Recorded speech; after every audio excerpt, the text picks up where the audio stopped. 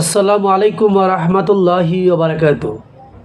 সম্মানিত মুসলিম ভাই ও বোনেরা, আজকে আমি এমন একটা গুরুত্বপূর্ণ সুন্নাত নিয়ে আলোচনা করব, যেটা অধিকাংশ মুসলিমের অজানা।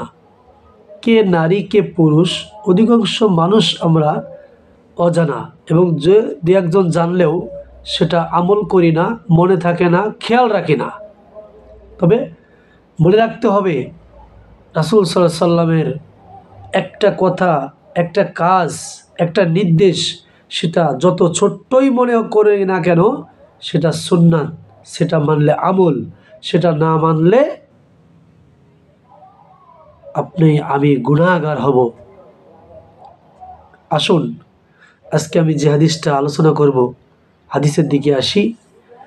আমরা সবাই অবশ্যই মনোযোগ সহকারে হাদিসগুলো শুনবো ইনশাআল্লাহ। তো আসুন হাদিসের দিকে।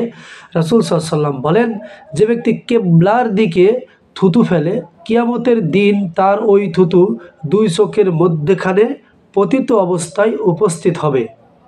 নাউজুবিল্লাহ। হাদিসটা আবু দাউদ 3824, সহিহা 222 নম্বর হাদিস। আমরা বুঝতে পারলাম কিবলার দিকে কোনো অবস্থায় থুতু ফেলা যাবে না। আমরা আরেকটা হাদিসে আসি। রাসূল সাল্লাল্লাহু আলাইহি সাল্লাম আরও বলেন, কিবলার দিকে যে কফ ফেলে, তার চেহারায় ওই কফ থাকা অবস্থায় সেই ব্যক্তিকে কিয়ামতের দিন উঠানো হবে। নাউজুবিল্লাহ, আস্তাগফিরুল্লাহ।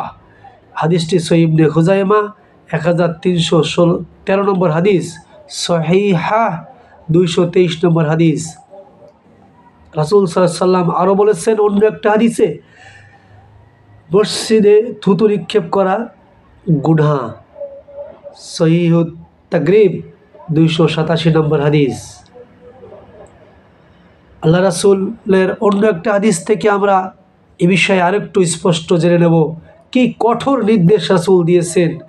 জনক ইমাম মসজিদে কিবলার দিকে থুতু নিক্ষেপ করলে পরবর্তীতে রাসূল সাল্লাল্লাহু আলাইহি সাল্লাম তাকে ইমামতি করতে দেননি। হাদিসটি আবু দাউদ 481, মিশকাত 747 নম্বর হাদিস। তাহলে আমরা পরপর 4টা হাদিস থেকে বুঝতে পারলাম, থুতু ফেলা, কফ ফেলা, কিবলার দিকে কোনো অবস্থায় কোনো মুসলিম নরনারী যেন একটা অবশ্যই মেনে চলতে হবে, এটা রাসূলের সুন্নাত। আমরা এই হাদিসগুলো মেনে চলবো ইনশাআল্লাহ। আল্লাহ আমাদেরকে তৌফিক দান করুন। সকলে বলি আল্লাহুম্মা আমিন। আসসালামু আলাইকুম ওয়া রাহমাতুল্লাহি ওয়া বারাকাতুহু।